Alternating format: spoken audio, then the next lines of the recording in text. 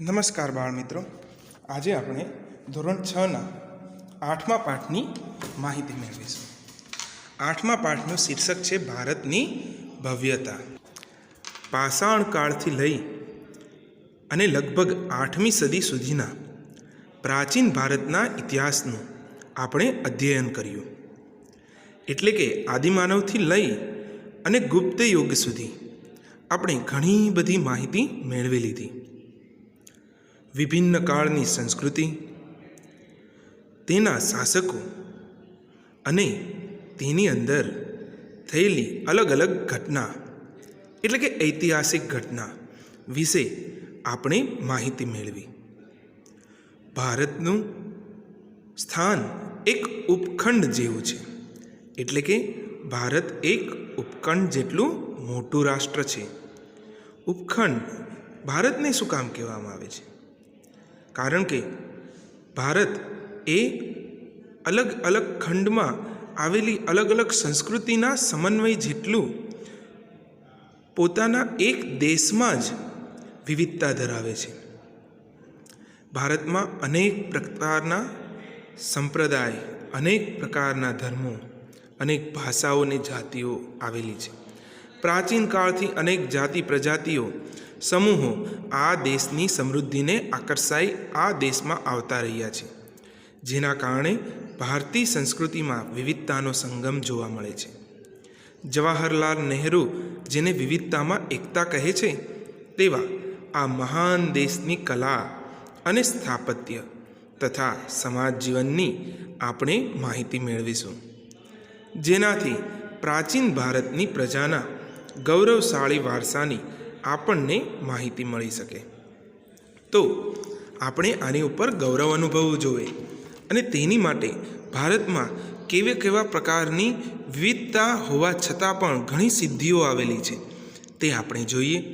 પ્રાચીન ભારત અને ખેતી આપણા દૈનિક જીવનની મોટા ભાગની ખોરાક માટેની તેમજ વપરાશની વસ્તુઓ આપણને ખેત પેદાશથી મળે છે. ખેતીની શરૂઆત પ્રાચીન ભારતના ઘણા બધા અલગ અલગ સ્તરોમાં થયેલી છે. તો એમ કહી શકાય કે ખેતીની શરૂઆત પ્રાચીન ભારતમાં થઈ હતી. તે આપણે આદિમાનવના માહિતી દર્શાવતા પાઠમાં જોઈ લીધું. તે સમયમાં પણ ખેતી માટે વિવિધ ઓજારો અને સિંચાઈની વ્યવસ્થાઓ હતી. પ્રાચીન સમયમાં ઘઉં, જવ, ડાંગર, જુવાર, બાજરી, તલ, વટાણા વગેરેની ખેતી થતી હતી. ઓજારો, કયા ઓજારો વપરાતા? ખેતી માટે કોઈકને કોઈક ઓજારોની જરૂર તો પડે જ ને. તો હડપ્પી સંસ્કૃતિમાં ખેત ઓજારોમાં હળના અવશેષ મળી આવ્યા નથી, એટલે કે ખેતી એ હળથી થતી હોય તેવું ન કહી શકાય, પરંતુ હળ આકારનું રમકડું મળી આવ્યું છે. તો આ રમકડા ઉપરથી આપણે જાણી શકીએ કે આવી કોઈ ઓજારો પણ હશે. તેથી જાણી શકાય છે કે તેઓ ખેતીમાં હળનો ઉપયોગ કરતા હશે. આશરે 2500 વર્ષ પહેલાંના સમયથી ખેતી માટે લોખંડના સાધનોનો ઉપયોગ વધતો જતો હતો. તેમાં જંગલોને સાફ કરવા માટે કુહાડીઓ તથા હળના ફણા એટલે કે ફાલ, જે લોખંડના દાંતા જેવું હોય છે હળની અંદર, તેનો પણ સમાવેશ થાય છે. આ ઉપરાંત દાંતરડું કુહાડીથી તેઓ પરિચિત હતા, એટલે કે ત્યારે પણ દાંતરડા અને કુહાડીનો ઉપયોગ થતો હતો. ત્યારે સિંચાઈ કેવી રીતે થતી? તો સમૃદ્ધ ગામડાઓ વગર રાજાઓ અને તેમનું રાજ્ય ટકી રહેવું મુશ્કેલ હતું. જે રીતે ખેતીના વિકાસ માટે નવા સાધનો અને ધરુરો પણ મહત્ત્વપૂર્ણ પગલાં છે, તેવી જ રીતે સિંચાઈ વ્યવસ્થા પણ ઘણી ઉપયોગી સાબિત થઈ. આ સમયે સિંચાઈ માટે નહેરો, કૂવા, તળાવો તથા કૃત્રિમ જળાશયો બનાવવામાં આવતા હતા. પ્રાચીન ભારત અને ગ્રામીણ જીવન. ઉત્તર ભારત અને દક્ષિણ ભારતમાં ગ્રામીણ જીવન આ પ્રમાણે હતું. ભારતના ઉત્તર ભાગને ગામના વડો ગ્રામ ભોજક કહેવાતો. તો ઉત્તર ભાગના કોઈ પણ ગામમાં ગામના વડાને ગ્રામ ભોજક કહેવાતા. સામાન્ય રીતે એક જ પરિવારના લોકો આ પદ પર પેઢીઓ સુધી રહેતા હતા. એટલે કે વંશ પરંપરાગત આ ગ્રામ ભોજકની પદવીઓ ચાલતી હતી. આ પદ વંશ પરંપરાગત હતું. ગ્રામ ભોજક મોટા ભાગે ગામનો સૌથી મોટો જમીન માલિક હતો. એટલે કે તે આર્થિક રીતે પણ એટલો જ સદ્ધર હતો. આ જમીન માલિક ભાડુતી માણસો રાખી ખેતી કરાવતો હતો. એટલે કે અલગ અલગ ભાડે ખેતી માટે મજૂરો રાખી અને ખેતી કરાવતા હતા. રાજા પણ ગામડાના કરવેરા ઉઘરાવવાનું કાર્ય તેમને સોંપતા હતા.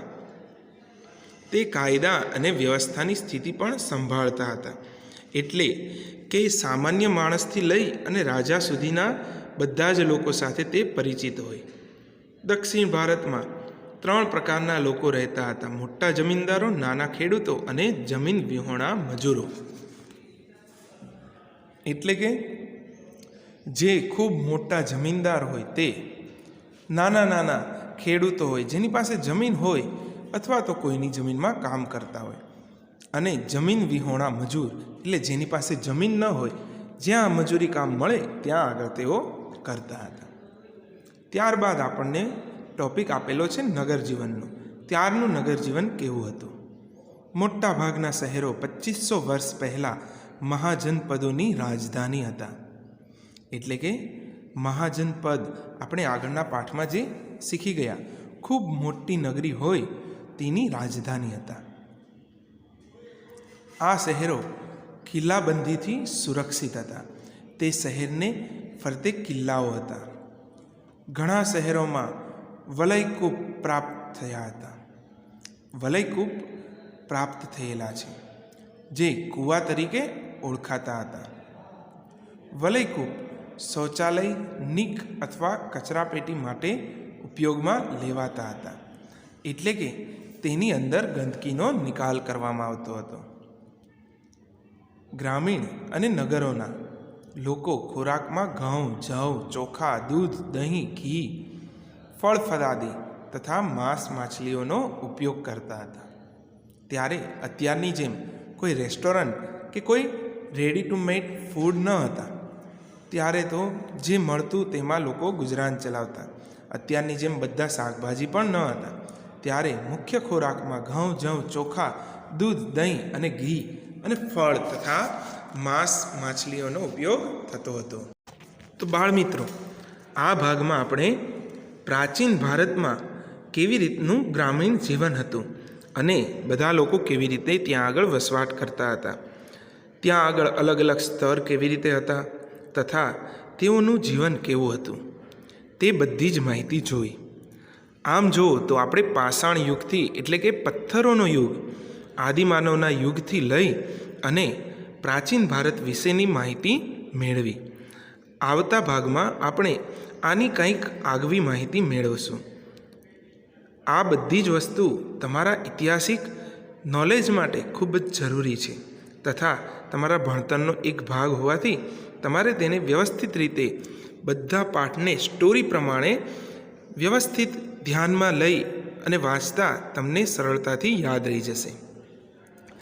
આ વખતના હોમવર્કમાં તમારે પ્રાચીન ભારતની ગ્રામીણ જીવન વિશે ટૂંક નોંધ લખવાની છે. આવતા ભાગમાં નવી માહિતી સાથે ફરીથી મળીશું. અસ્તુ. આભાર.